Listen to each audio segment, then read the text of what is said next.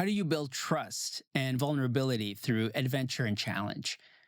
Erik Hatterscheidt grew up in the Canadian wilderness and built a motorcycle expedition club that blends exploration with deep human connection.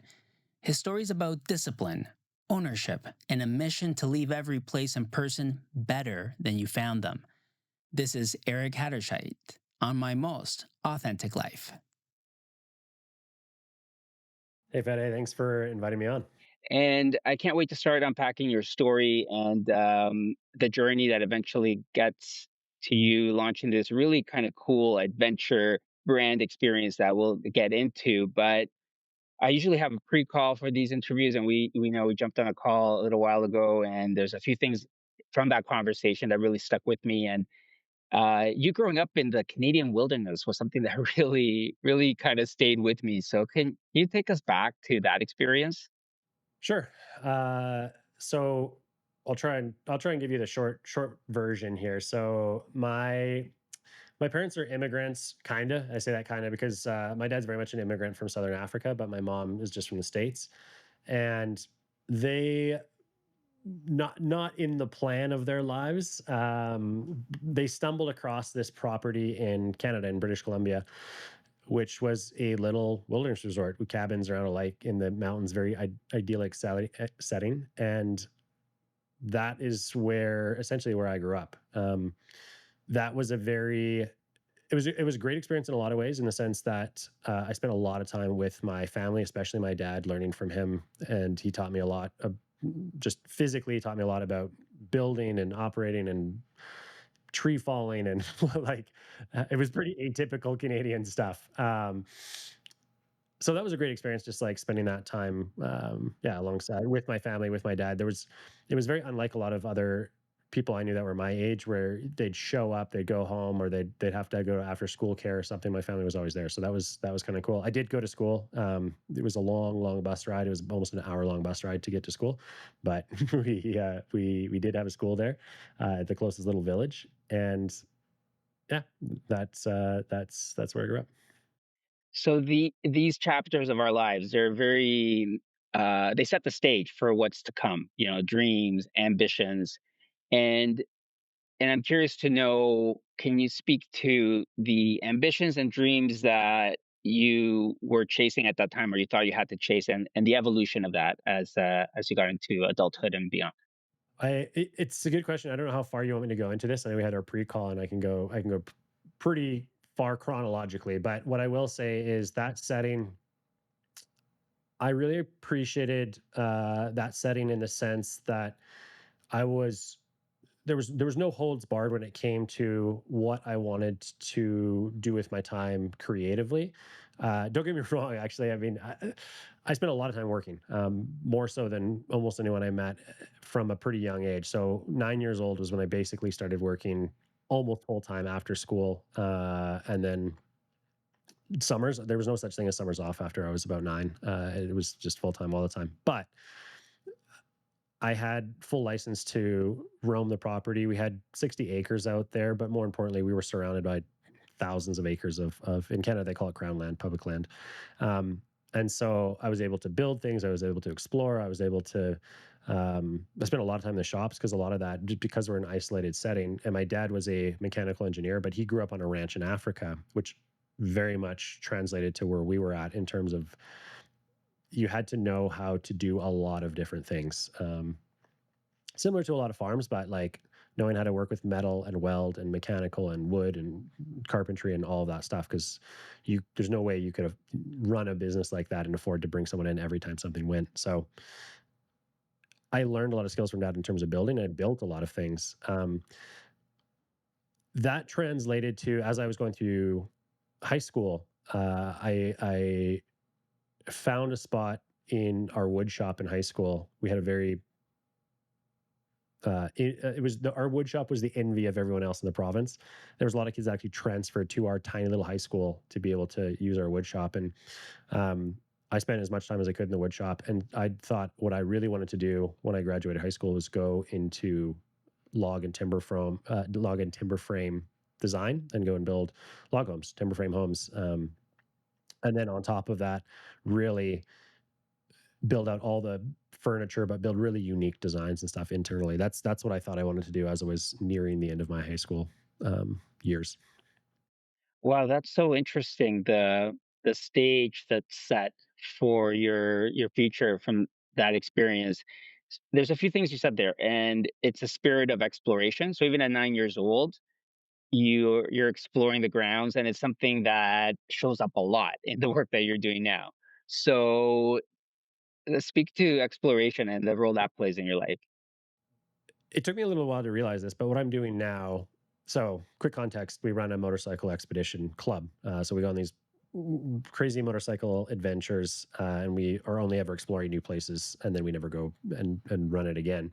And it took me a while to realize that so much of what's in the club actually was aspects of my early childhood. That's everything from just exploring all of the mountain ranges around my house and just, I guess, through that, when you're a kid, maybe you don't realize all the dangers or risks, or you just don't care. But being very, very comfortable exploring, like just being confident and saying, "Yeah, I'm just going to walk into the woods." Uh, and my parents let me. Like that was another thing that I've thought about today. Not, I mean, recently I was thinking like, wow, my parents just let me walk into the woods. I mean, from well, like from five, basically from 5 years old, they're just like, yeah, do whatever you want, and they weren't concerned about it. And so that started there. That started early, and then another element. I said my dad was a mechanical engineer, but that was something that he got a little bit later. Or before that, he was a commando in the South African Defense Force, and so there was a very military upbringing element to our upbringing, I should say. Anybody that's watched Sound of Music and knows like the Von Trapp family, there were like non-joking elements of that happened in my household where dad would like line us up for attention and do inspection before dinner Wow. every meal. If our table manners were off, if we didn't make our beds, if we whatever, it was like push-ups. So it was an interesting household to grow up in. Wow, that painted um, a really vivid picture. it was yeah, highly regimented, highly disciplined, um, and I don't think that was necessarily a negative thing. Like, not that I'm raising my kids that way, but I can see where my dad was trying to drill a lot of lessons into us as kids that he thought this will help you get through life. And it wasn't about, some people could look at the initial experience and be like, that's really weird that like you're made to do push-ups if you don't use both your utensils at the table. Um, which is true. I mean, dude. I mean, total side. It was like when I got older into high school, if I was like eating with my mouth open or not using a knife and fork properly, he'd literally make me like run down to, we had a lake on the property. He's like, run a lake and back. It's like, that's like a kilometer. And then you're running uphill when you're coming back. It's a not a insignificant thing. But So not having manners would make you the fittest kid in the world, probably. I was I was admittedly pretty fit in high school, in part because of my dad, and then in part just because I ended up getting into a lot of sports. But anyway, so the discipline part, that, I mean, that definitely played into what I'm doing now. So you got exploration. The discipline is something that we also try and hammer into our guys on expedition. Like, hey, there's a reason that you need to be disciplined. There's a reason you need to really like take ownership for things. And seeing the fruit of that, and then and just some of those military elements coming into what we do, the planning, the prep. My dad was so hardcore into planning and all of those things, and it's things that I didn't get when I was a teenager. I was like, okay, whatever, I'll do it because if I don't, there's more punishment. But now that I'm older, I'm like, I get what he was trying to do. He's trying to forge me into a person that would be able to handle some of the trials and tribulations of life. And so a lot of things that he hammered into me begrudgingly, receiving those lessons, I'm like, oh, thank goodness he did, because that's what allows me to, it allows me to understand what foundation to come back to just like move into the next steps if I hit a really challenging point in life. So anyway, a bit more of a tangent probably than you were looking for, Fede, but No, this is absolutely necessary because it really there's a lot of things here in that chapter of your life that inform the future. We talked about exploration. You mentioned discipline. Another key word there that you mentioned is building. Building, right? We've spoken offline in that other chat about the the um, the agency that it takes for a human being to to take a bad situation when, for example, you mentioned something where someone doesn't have a stage, then you build one, right? So that those instincts of building sounds like you were living at that early age.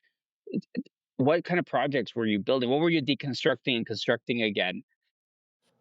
Uh, I watched my dad. So my dad, yes, he's a mechanical engineer, but like when he moved to that resort, there were still a lot of things that he didn't know. And I watched my dad say, "Hey, I'm going to go build a cabin."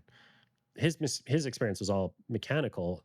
I'm like, okay, well, what do you know about building a cabin? He'd literally just go to the library and pick up books, and he would just sit there and read and study, and he'd be like, I'm going to go do it. And he would do everything from laying the foundations to building the walls to the more complicated stuff like electrical and plumbing and all of it. And he didn't have experience doing that before. He's just like, well, the knowledge is out there. Someone out there knows how to do what I need to know how to do, and I'm going to go find that knowledge. And he'd go look for it in a book. If he didn't find it in a book, I watched my dad ask people around town, who's the guy that knows how to do this? Okay, cool. And I'd drive with him to the people's places and be like, hey, show me how to do this thing. Or here, come to my place um, and show us how to do this thing. And he'd sometimes he'd pay them. More often he'd try and trade them for his services. He was pretty good mechanically, so he'd fix their tractor, he'd work on their car or something like that. And so, yeah, my dad. I think that was a really good lesson. If he didn't know how to do something, he'd go find the person that did and be like, teach me what you know, and I'll figure this out, and then I can do it. So that was an important life lesson for sure. Coming out of, I mean, yeah, lots that I learned from him, but that was a good one. It sounds like a cool resort to have stayed in as a visitor. Maybe did the visitors get the push-ups as well? You know what? Actually, it's really funny. I know you're joking about it, but the amount of so our resort ended up being it was like a quaint little place, and that's thankfully my mom's side. If it was just my dad, it'd probably be a military barracks. But my mom, her softness, my mom's an amazing individual. Her softness came through in the resort, and so it was a setting where she planted these like beautiful wildflower gardens, and then just everything was so quaint. It was like a idyllic kind of cottage setting. It was cabins, but like flowers everywhere and vines and like it just beautiful. But so we ended up. The reason I'm saying that is because we got a lot of families at the resort. In the early days, it was like hunters and stuff, and then later it was like families that came and brought their kids and stayed there. But the amount of families that watched my dad work with us on the resort and we're like, hey, can I send my kid here for the summer? And my dad would take them. So like every summer we had kids that were guest kids that were not there for their vacation. They were there for months because their families were just like, hey, we want you to go spend time with Harold. It's my dad's name. He's going to go set you straight, drill a few things into you and give you some life experience and show you that there's more to life than just sitting in front of a TV. So yeah, we had a lot of kids that came and were put through the boot camp out there. Yeah. Um, yeah, this is really cool. I really wanted to start with this because you've really brought the place to life.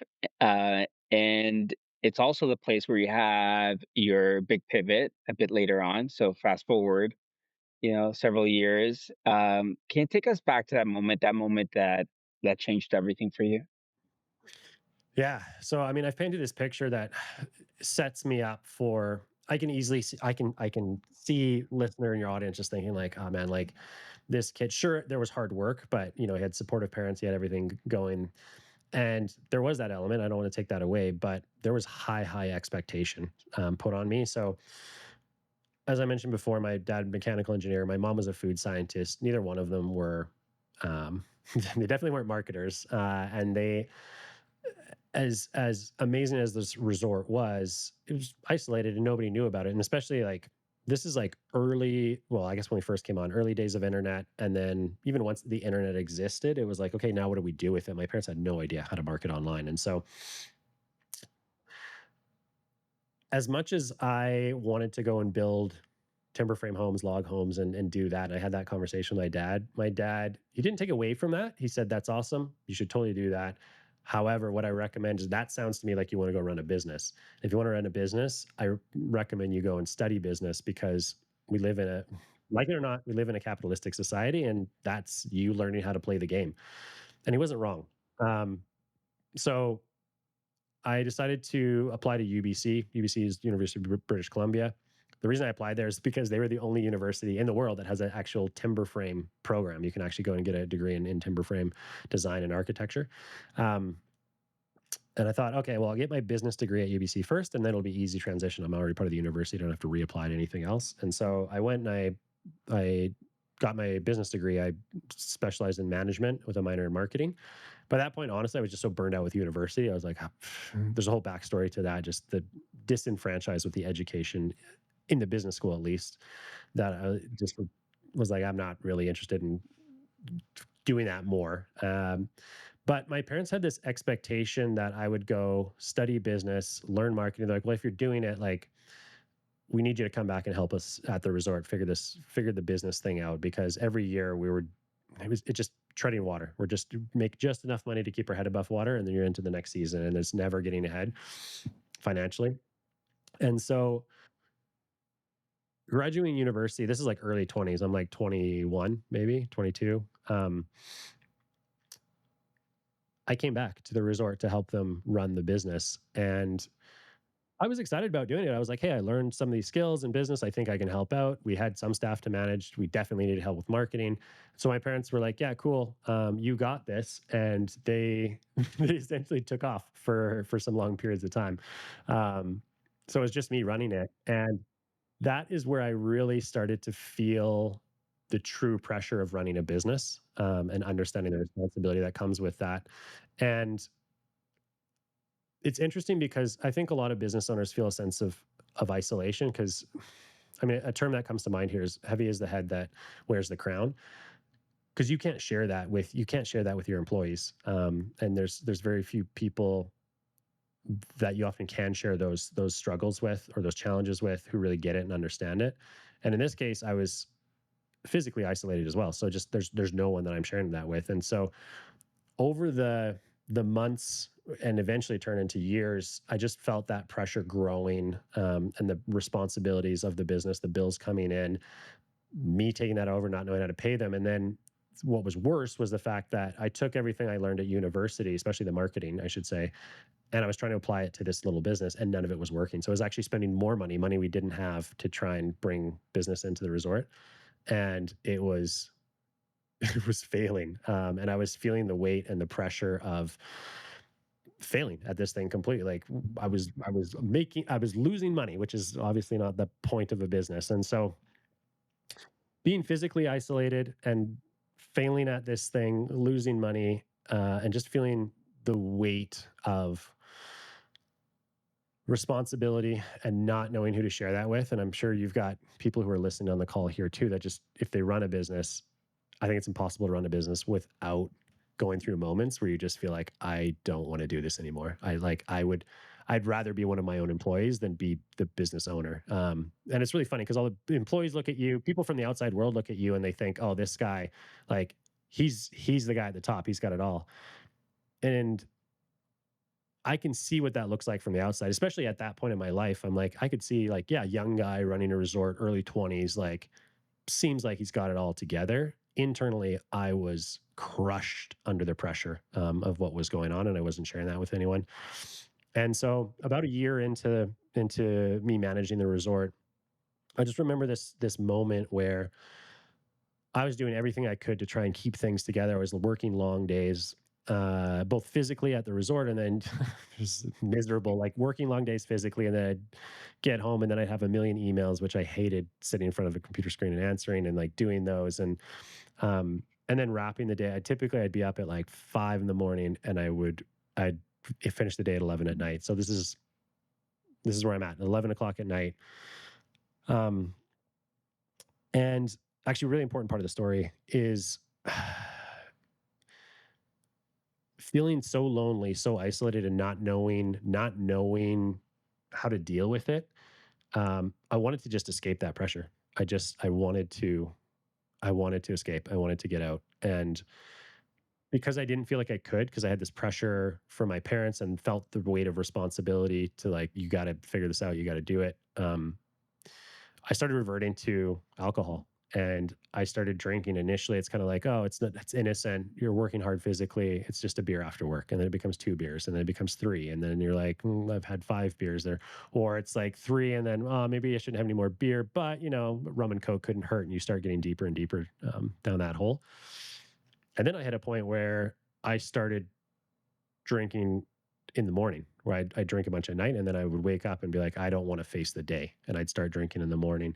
And I knew it was an issue, but then there's this deep, deep shame. So now I'm feeling pressure and I'm feeling guilt and I'm feeling shame. And it's all building. And then to try and mask that, you drink more and it's a horrible spiral that you get into. And so going back to this moment where I had this long work day, went over to the fridge, grabbed a beer, because of course I did. And then I sat down on my couch in front of my coffee table, and on the coffee table was just a new set of bills that had come in to pay utilities, pay employees, pay all the things. And I knew, I was like, I don't know how I'm going to cover all the expenses. We don't have the money in the bank to make this all work. I'm I I don't know what my next step is. And I remember I set that beer down on the coffee table in front of me on top of the bills, and I just stared at it, and I couldn't stop staring at it because I hit a wall where I didn't know what to do next. And I just started bawling. I just started just tears streaming down my face, started crying this big guy. If you guys you can't see me. I'm 6'4", 240 pounds, typically working out. Like, and I was just sobbing. Like I had no idea what the hell my next move was. Um, and it took that moment. So in that moment, I just thought, like, I don't know what to do next. I've tried everything I knew from marketing. I've tried doing everything I learned in university. Like and nothing's working. It's just, I try the next thing and I'm just hoping, fingers crossed, this will be the thing that gets us through. And it has to, because financially we have to have something work. And it failed and it failed and it failed. And you get deeper and deeper and you're like, I just need one win. Just give me a win. And it's not happening. In that moment, um, I just had this thought where I was like, wait, I mean, I watched my dad do this for years. I'm like, I don't know what to do. And dad doesn't know what to do. He's not a marketer, but but somebody out there knows what to do. Somebody out there, I can't be the only person that's ever tried to like run a resort and get it financially viable. Like this, I'm not the first guy to do this. This is not a new industry. But So sorry to interrupt you, but before we get there, because I just kind of want to stay on that moment. It's such a powerful moment uh, that changes the trajectory of your life, really. These moments, rock bottom moments, whatever you want to call them, they're they're a process. They don't just happen overnight. So, can you talk a little bit about the process that got you there, like the moments, the micro moments that led to the big one? in terms of the epiphany or in terms of the pain? In terms of your thought process, because it's you finally have the big aha moment. But I'm just curious, when these big life transformative changes happen, it's an evolution. In hindsight, sometimes maybe you don't I know it in the think moment, but in hindsight, the micro moments, yeah, it's a good question, Fede. So the micro moments for me were hundreds, if not thousands of moments where it was just understanding that I was feeling pain from isolation, because I was feeling pain from isolation, sure, physically, and there's a lot of people out there that are like, well, you're at a wilderness resort, there's no one around. Yeah, absolutely. You can point your finger at that. But I'll tell you what, I've run business ever since then. I've been an entrepreneur essentially my whole life. And I have felt just as isolated running a business with people all around me, with staff all around me, and I'm in a city with friends around me. And it's that feeling of isolation where I'm just like, I feel like this is all on me, and I don't have anyone to turn to. Um and so feeling those micro moments where I'm like just, I mean, small things in the day where you're like, oh man, like I thought I'd figured out. I mean, a lot of in my world is marketing. I thought I'd figure out this marketing thing. I had a win for a couple of weeks, and all of a sudden things are dropping off, and like, is the whole business going to fail? And I don't know who to talk to about this. I don't know who to talk to, because who else is going through this exact same thing? I don't know. Um, and so it's mini moments like that. It's oh. am I paying my staff too much? Is that part of the reason here? Like, or can I really need a new staff member? Can I hire them on? I don't know. I don't know who to talk to about that. Or more importantly, management wise, like somebody's having an attitude thing, and I just don't know how to handle this personality because I'm like, what the? I mean, in my case, I was a 20-something-year-old managing other 20-something-year-olds who were coming there from around the world to work their seasonal stuff, and like, so a lot of times, I mean, there's a lot of times when I was managing people that were older than me, and they'd be like, who do you think you are? And I'm like, I don't know. And I don't know what's appropriate here. Who do I talk to about this? So um, all those micro moments I'm going to call it isolation, where I'm just like, oh, man, I feel like I'm facing this alone, and there's no one to consistently lean on to be like, hey, someone else has my back, because I have to have everyone's back. And I felt that even more as a father, but even back then, hey, I have all these staff to take care of. I need to make sure I'm covering their payroll. I need to make sure that they're taken care of. They come to you, especially on a resort, because they live on the resort. So they're coming to you with problems that are beyond the business. So I'm dealing with this thing personally or that thing personally. And you're like, I've got to have your back emotionally. Who's got my back emotionally? And it felt like nobody. Yeah, sorry to interrupt there, but that just hit me in a really powerful way, because something that we always speak about on the entrepreneurial journey, the founder journey, is the micro wins, the opposite of that. Just have a win, micro wins every day, and then eventually you'll have a success, you know, plot unfold. But what you just said, which is equally true, is the opposite. It's the micro losses, the micro pains that get you to that huge loss that then kind of is the ultimate pivot that you need to move forward. You know what's funny though? Something that I'm not smart enough to come up with this on my own. A guy that I respect, he said, success and failure can often be the same thing, because they can actually both lead to a negative outcome. Because sometimes if you have successes and you don't know where that came from, um, it didn't teach you a lesson. So if you just had an easy win and there's no lesson in it, then you actually don't know how you got there, and so you're actually still behind, which is interesting. And failure can set you behind because it's failure, but really in the long run, all those little failures is actually what adds up to your wins. So it's a really interesting kind of like dichotomy to think, or maybe dichotomy is not a word, but just way of thinking about successes and failures. Like, hey, if you succeeded and it's just like, hey, you had this piece easy, long term, that's still probably going to mess you up because you didn't actually learn the lesson you needed to learn. And so I found that to be true. Is being a business owner is painful, man. Like, yeah, it's freaking hard. Even when things are going good, it can be hard. And you always know as a business owner, like, yeah, things are good. At every level of business, there's always a next level of challenge, and it will push you. And so now I've come to recognize all those kicks in the gut. You're like, okay, this hurts now, but I can see what I'm learning from it, and that's gonna make it so much easier in the future when this comes up again. Yeah.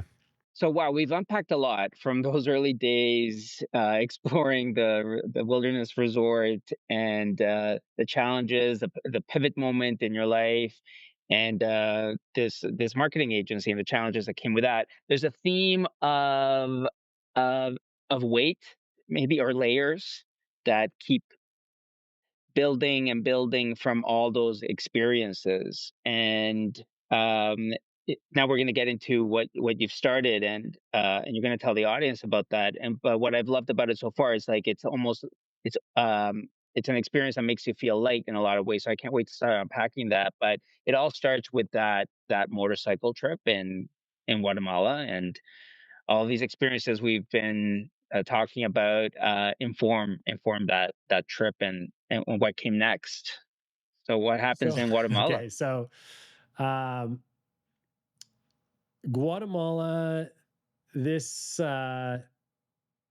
so my best friend Jordan, we've been friends since the seventh grade.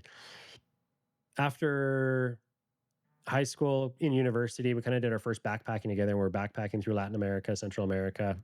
He met his wife actually down in Guatemala. She's also Canadian. She just happened to be down there on a mission, doing a missions thing. And then he went back multiple times with his wife doing missions work in Guatemala.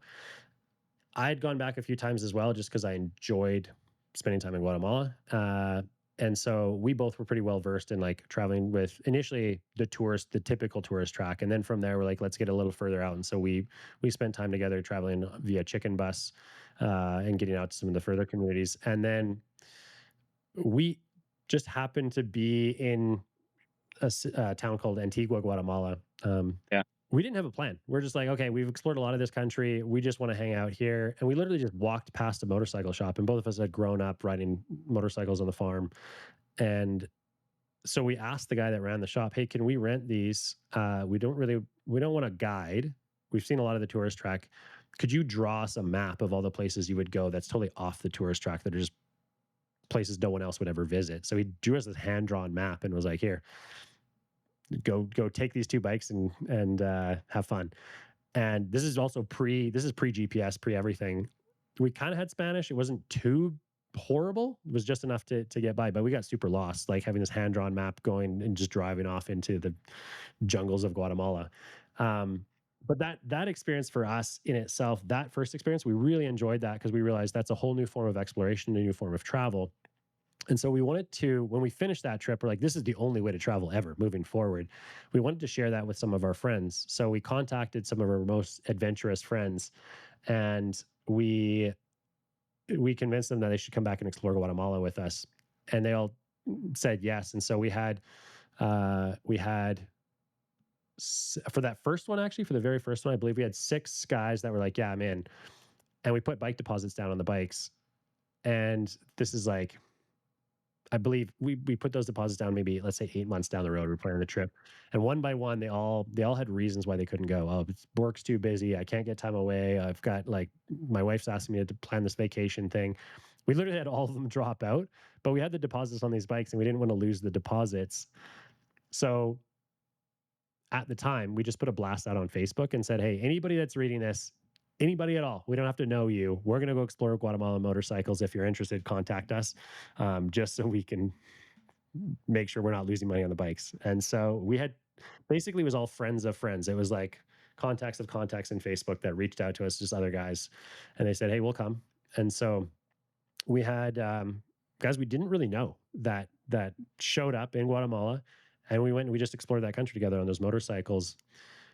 That in itself was an amazing experience. But what really hit Jordan and I was, when you're traveling in a foreign country with a bunch of guys and there's no cell signal, you're spending a lot of time around the table, around the campfires in the evening, and you're just chatting about life. And what organically came out with a lot of those guys was how much weight they felt in their own lives. A bunch of those guys were business owners as well, and the isolation they felt in the situations they were in, both in the business, but then, I mean, especially with a lot of guys, it's just on the personal relationship side. It's like, yeah, if I've got a challenging thing with my wife or my partner or my kid or whatever, like, especially partner, like wife, I can't go to her and talk about it. I mean, I can go to her and try and fix it, but I can't talk about the problem with her in the same way. And so having that space to open up, but then also having the space to open up with guys and just be totally real about what was going on. We got more and more kind of vulnerable with each other as time went on. There's also an aspect to the places we were going were just also a physical struggle, just trying to haul bikes through the mud and get through river crossings and deal with breakdowns and all of that stuff. You actually build trust through that physical shoulder to shoulder tackle of challenges. And so a really interesting thing that I found is that men, especially, they will open up more with guys if they first go through challenges together physically, and they develop a trust of, like, okay, this guy's got my back physically. I'm working through a challenge with him in the physical world. They're much more open to actually being vulnerable with that individual,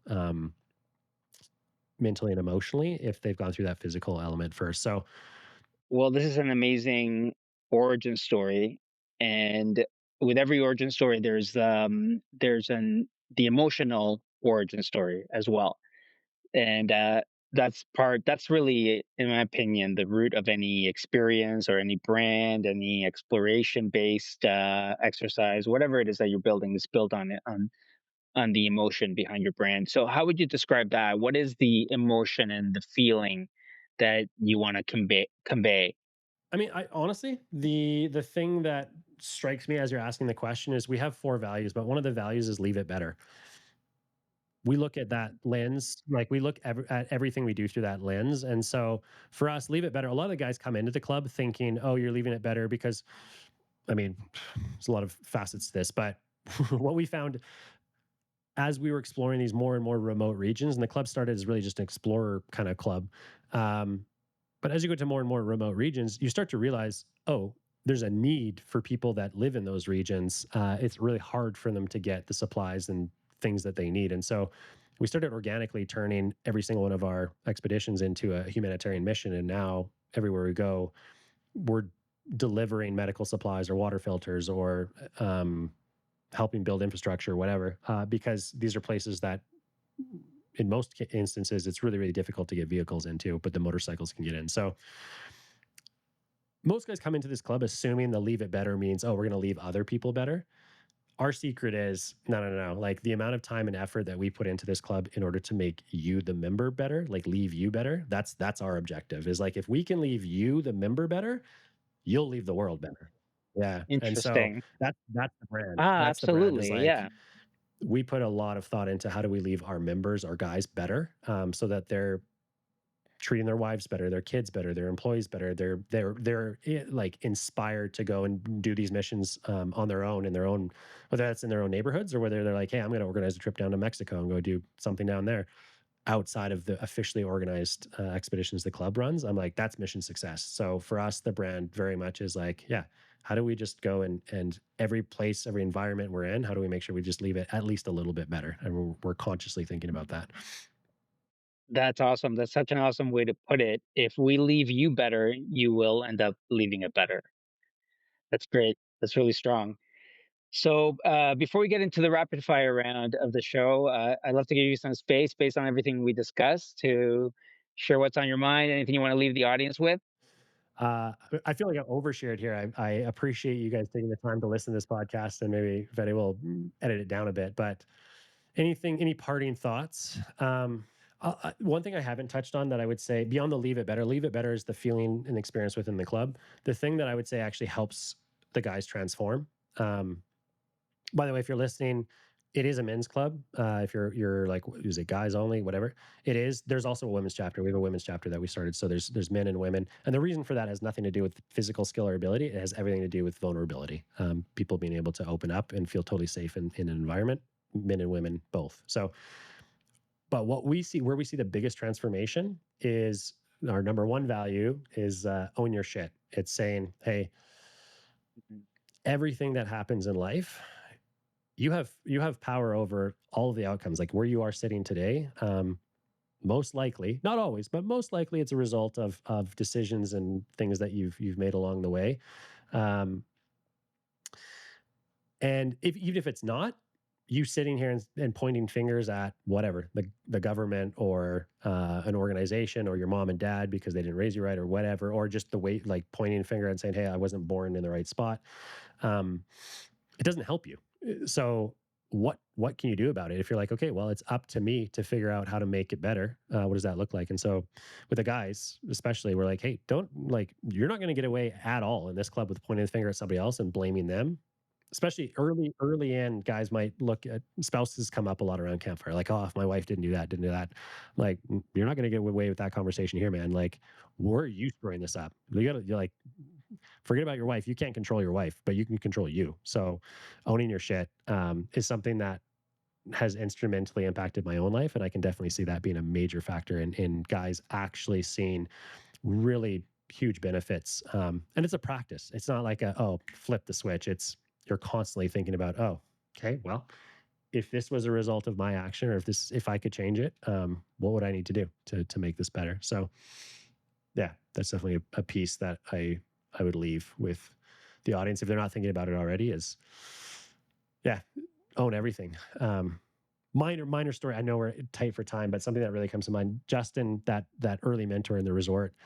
This is really where it hit me. I was complaining to him because we had some guests that wanted their money back because it rained, and I'm like, what a ridiculous concept. Like they're upset about their experience because it rained. I can't control the weather, and he said, well, you need to own that, man. That's on you. It's your job to like you can control their experience. I was like, what the heck are you talking about? And he's like, well, did you pre-plan if it rains, what your guests are going to do? Have you thought about what the experience is going to look like? And I'm like, oh, I just had never thought about life like that before. And I was like, oh, not only is he right, but that actually gives me a lot more power in this situation, and it allows me to create something better. And then that actually is going to come back to me in a positive way, because now guests are going to talk about that experience that they had. And I can tell you stories after that where we had guests that gave us raving reviews, even though it rained, because we had everything planned out. And so, yeah, um, thinking from life about life from that perspective has really helped me, at least anyway.